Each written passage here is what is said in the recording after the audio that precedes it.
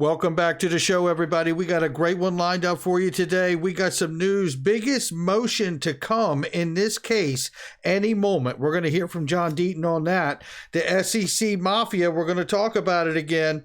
And we have here the Digital Euro Association, the Digital Pound Foundation, Monica Long talking with Thinking Crypto, Brad Garlinghouse, Saudi Arabia ditching the PetroDollar. It's getting real, ladies and gentlemen. Somebody rolled a beautiful intro.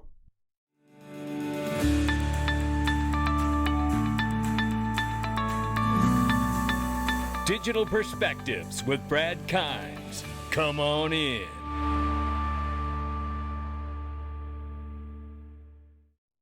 Welcome back to the show, everybody. You can follow me at the top of the screen at Dig Perspectives and everything that we're talking about here, or Facebook at Digital Perspectives News. Give us a like and follow. In both places, we've got Sunday morning lives that are exclusive to Facebook. Make sure you tune in.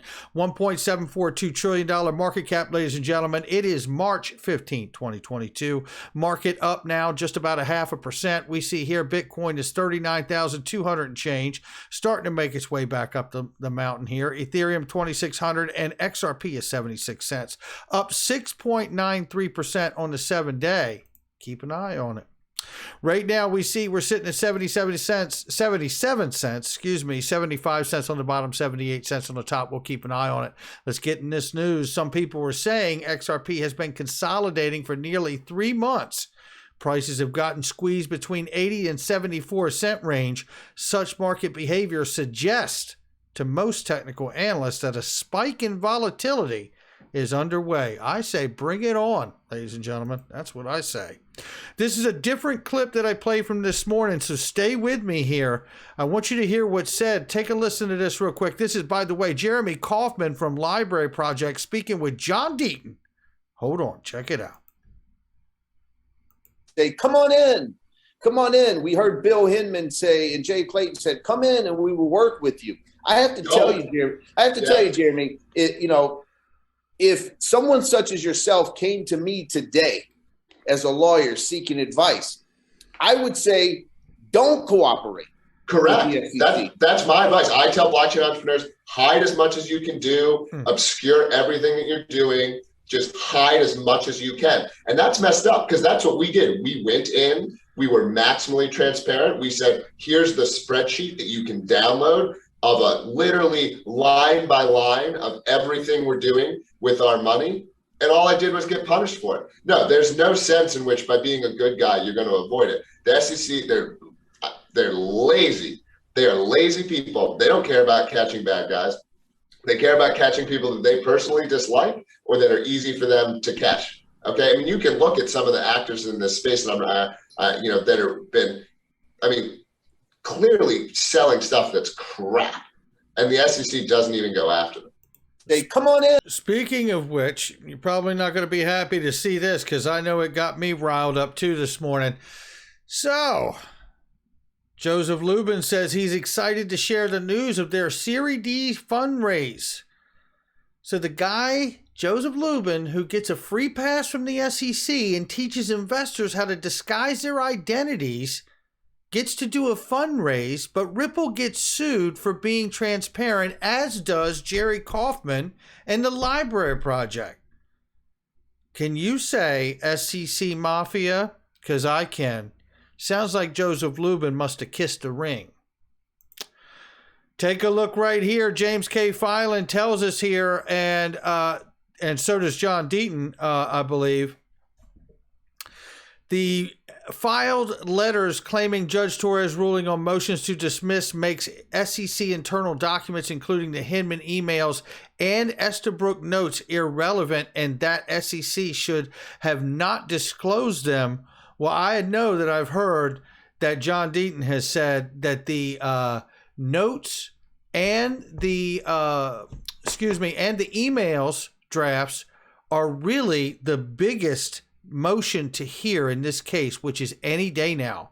The SEC really doesn't want us to see those email or notes, do they, John Deaton? Well, take a look at this because it makes me think of the fact that this case is going to end. And when it does, will Ripple still be worth $48 a share, or will it be $480 a share? or more. I don't know what the number will be, and I'm not giving financial advice, but I can tell you this much. I'm going to do whatever I can to scrape up whatever little bit of dry powder I can to get some more Ripple stock before this thing is not available anymore. That is for sure. Take a look at this right here. There'll be a link underneath the video for that as well, link2.com. John Deaton says this is, in fact, the biggest motion, one of the biggest motions of the case. Like he said, what is the likelihood that one person in a 63 email chain in 2018, while XRP and ETH were battling for the number 2 spot of the crypto market cap, didn't happen to mention XRP? I like those odds, John Deaton. Digital Euro Association is delighted to announce its partnership with Real-Time Gross Settlement Global, which is building a financial market infrastructure, FMI, for the digital age. We are very much looking forward to the collaboration and to carrying digital money forward jointly. Going forward through this news, I feel like you are going to, it feels like when I laid this out this morning, as the news was coming in, it feels like we're witnessing the new rollout of the financial system. It really does. Take a look at this. Digital Pound Foundation says the U.S. recognizes the value of interoperability with other CBDCs to support the continued centrality of the United States within the international financial system and to help protect the unique role the dollar plays in global finance. In other words, the U.S. isn't trying to be the same seat when they go to the new financial system that it's sitting in already right now. They're not going to miss an opportunity, I believe, to introduce a digital dollar. We'll get to more of that in a second. Ratha Conman shows us here that Ripple partner Al Ansari Exchange, the UAE, is signed with the NPCI to offer real-time remittance services into India's UPI. They have an enormous amount of expats from India there. I'm not going to read this article to you, but there it is. I do want to give it this one spot. India is the largest recipient of cross-border remittances, receiving over $80 billion per year. Our partnership with Al Ansari Exchange is aimed at offering easy, safe, instant cross-border remittance facility leveraging up UPI's ecosystem. We believe this initiative will provide seamless real-time cross-border remittance experience to 3.5 million Indians residing in the UAE alone. It goes on to say here, in the constant endeavor to add value to lives of consumers in the area of digital payments, we believe this partnership is a step forward in the right direction. Know this: the United Arab Emirates is India's third largest trade partner, while the South Asian nation is Arab's country number 1 non-oil trading partner. We're going to get to that in a second. It's a great interview and conversation here with Tony Edwards and Monica Long, General Manager of RippleX. I want to give you this section right here where they specifically address CBDCs on private ledgers, which are really federated or side chains off of the XRP ledger, federated side chains. Take a listen. Yeah, so I think when we last spoke about this, we had signed a couple of exciting projects. So that's with the Royal Monetary Authority of Bhutan and then the Republic of Palau. Bhutan is looking to build to create their own currency, CBDC, and then Palau is looking to create a U.S. dollar stablecoin since they use the U.S. dollar there. So they're connecting back to your question about public versus private ledger, the way these CBDC pilots are being built are on private side chains to XRPL, using the same code base as XRPL as the underpinning of the private side chain. We've built and we're providing this product that makes the experience for the central banks to mint and manage and burn any coins very easy. So we're making lots of progress with those two projects and signing them. We have a lot of conversations, a lot of irons on the fire all around the world. And I really, I hope that we can share more news soon because we're making really good progress on the central bank front. Making really good progress on the central bank front, says Monica Long, talking to a A lot of different countries around the world, a lot of irons in the fire. We love hearing it. And I tell you what, we love hearing this too. This is a short clip with Brad Garlinghouse talking to Bloomberg. Judge rules in favor of Ripple. Listen to what he's got to say here. This news, obviously a volatile market and a volatile market for Bitcoin as well. Yeah, even though we see Ripple down a little bit today, it did really rise after this news. And over the 7-day period, actually, Emily, if you take a look, you do see Ripple rising to the point that it's rising almost twice as much as you see in Bitcoin over that period, and almost 3 times as you're seeing in Ethereum. So yes, very good news in terms of Ripple and its SEC defense, but there are a lot of questions remaining for the market, not just for Ripple, but the crypto industry here at large. And that question is, as Bloomberg Intelligence calls it, a factual one. Will it cause more issuers to register with the SEC? And what type of regulatory overhang does it leave for the market, even after the Biden executive order that created some clarity for the market? All right, Shanali, stick with us. We're going to get deeper into this conversation with Ripple CEO himself, Brad Garlinghouse. Brad, good to have you back here on the show. You called this a victory in your battle against the SEC. What does it mean for you and also the broader crypto industry? I do think I'll start there, really. I think it is a victory, not just for Ripple, the company, but also the whole crypto industry, because the SEC, I think, has consistently tried to take point and really expand their reach and their control over the crypto industry. We've seen that not just with Ripple, but in other cases. And to have the executive order, as Shanali was talking about, the executive order came out and really said to all agencies, hey, we need to be coordinated. If we want the United States to be competitive in this key technology platform, we need to not have one group behaving one way and another group behaving another way. So we're really pleased by not just the court's decision, but also in the executive order that came out last week.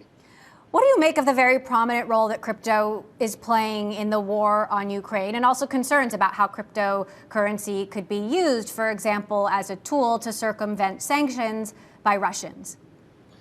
You know, Emily, I think this is a bit of a red herring, meaning that there's a lot of attention around it as like, what does this mean?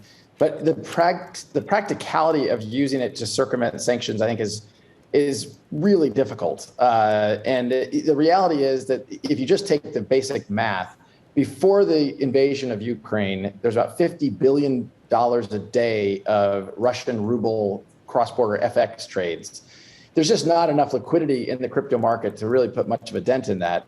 Moreover, you know, the point at which sanctions are applied is at the endpoint. So through, you know, exchanges, a Bitstamp or a Binance. And I think you've seen globally that the major exchanges around the world say, "Hey, we're going to acknowledge, enforce, and respect those sanctions." And so, I think that the idea that crypto is being used at any scale to circumvent sanctions is not a really. It doesn't really understand how some of this stuff works. On one hand, you do have plenty of exchanges that seem to be working with the Biden administration to kind of figure out what's going on under the surface in the market. But on the other hand, when it comes to the SEC, it seems like they've been at the crosshairs of a number of different firms. Do you think the SEC is taking a tougher stance than the administration at large? And do you think that will hinder at all some of the progress that some firms are making? Look, I think there's no question that the United States Securities and Exchange Commission has reduced the competitiveness of this critical industry in the United States. I think they've been out of step, not just with other parts of the US government, but they've been out of step with other major economies around the world. The only country in the world that considers XRP, the digital asset that Ripple uses in our technology stack, the only country in the world that thinks XRP could be a security is the United States. We work successfully in the UK, in Switzerland, in Japan, in the UAE, in Singapore. All of these countries have acknowledged XRP as a currency because that's how it's used. So I think the way the US, if we want the US to be a leader in this new, growing, critical, innovative industry, like the internet 20 years ago, we need that regulatory clarity. And the SEC is really just coming out and saying that we're going to file lawsuits, enforcement. We're not going to provide clear rules so that people know how to operate as other countries have done. Well, there you have that, and that is getting exciting. Let me take a look. Let me stop this really quickly. Okay, so let's recap here for a second. This is what I want to say. I just showed you news about the Digital Euro Association partner with the real-time gross settlement system. I just showed you news about the Digital Pound Foundation asking the question if the digital dollar needs to be the digital dollar for the United States and be introduced and launched. It's a race to the digital dollar pole position in my eyes is what we're seeing here. Then I play you or show you information of Ripple partner Al Ansari in the UAE deepening their advances with India in cross-border remittances there, which is obviously Ripple partner. Then I play you the clip from Thinking Crypto. It's the federated side chains launching private ledgers for central bank digital currencies around the world. There's a lot of irons in the fire, so on and so on. Then we see Brad Garlinghouse tell us that, there's so much good going on in this court case.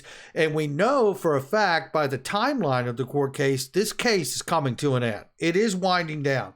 And it does appear that it will be a strong Ripple win if it continues in this way or settlement. So now we're going to take a look at this. Let's take a look at this right here. This came in from Gold Telegraph a short time ago here. Saudi Arabia considers accepting the Chinese yuan instead of dollars for Chinese oil sales. Is anybody old enough to remember? Because I'm not being condescending. There's a lot of different ages on this that listen to the channel. When Henry Kissinger set up the PetroDollar with Saudi Arabia and OPEC, all that was put together. Does anybody remember that? I remember. I'm not old enough to remember when it happened, but I remember studying it and hearing about it in school. And it's where a lot of strength and value to the U.S. dollar comes from. And if Saudi Arabia really does move to ditch the dollar for the Chinese yuan, it is going to be devastating to the value of the U.S. dollar. Don't let anyone else tell you different. Which brings me to my next point, which is why I believe we're witnessing the rollout of a new financial system that really appears to be globally coordinated to some loose degree here. So this makes good case in my eyes, thinking of the Saudi Arabia relationship of using the yuan instead of the dollar. It makes a good case for the digital dollar backed by gold, repatriate the physical dollars, and XRP as a bridge currency in between to isolate the spillover shocks. Penny for your thoughts. Chris Giancarlo, head of the Digital Dollar Project. What the heck, make it a digital dollar for your thoughts? You know what? When I look at this, then I'm reminded of the BRICS coalition that Linda Jones shared here. Reminded us all, we've talked about plenty here. Brazil, Russia, India, China, and South Africa plan to use SIPS, which is the China's interbanking payment system, so they could leave SWIFT. Problem of war will cause the solution of moving to a new financial system that is decentralized. I happen to agree with a great deal of that. And I tell you, I think to a large part, so does Mark Carney, the former president of the Bank of England from the group of 30 here, just back in 2019 actually, when he told us, if I could, just to remind those who have heard it, because of what we're seeing today, are we not witnessing what I am about to read to you?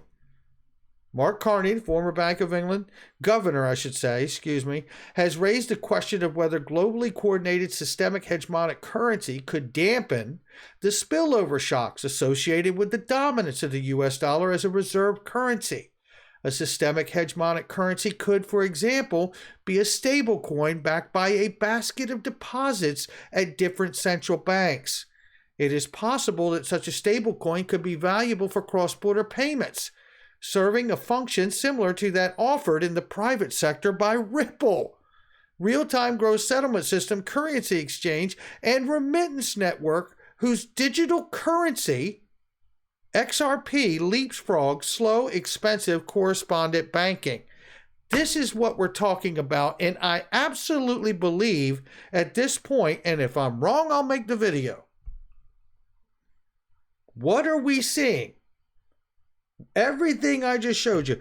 What does it look like to you? I'm excited to see your remarks in the comments below. I know what it looks like to me. I've told you. Make sure you check out all the links underneath the video and the comment and description section. I tell you, they're great products and services I use each and every day with great specials, and they're trusted, vetted links, but you got to click them to get the deals.